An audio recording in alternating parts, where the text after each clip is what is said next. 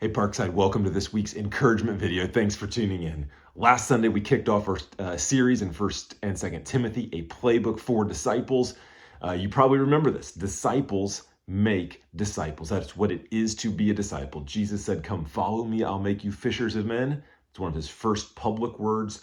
And then at the end of his ministry, of course, commissions us out, go therefore and make disciples of all nations. And what is the goal of discipleship? What is a mature disciple? I wonder how you would answer that question. If you just press pause for a second, what is a mature disciple? What is the goal of discipleship? Well, this week's passage in 1 Timothy that we'll be looking at explains that. Here it is very clearly. This is 1 Timothy 1:5, and Paul could not put it in any more plain language. The cookies are on the bottom shelf. I love the directness that Paul writes with. Here's what he says. The aim of our charge is love.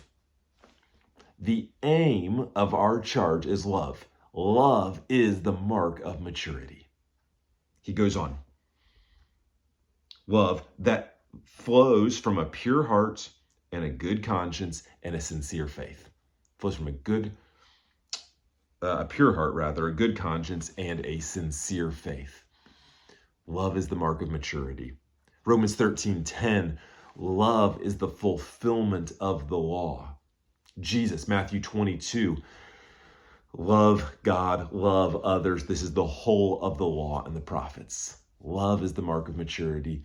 And love is not uniformly applied. Here's what I mean by that. Sometimes love is extending additional grace. Sometimes love is bearing with difficulty. Sometimes love is covering a multitude of sins.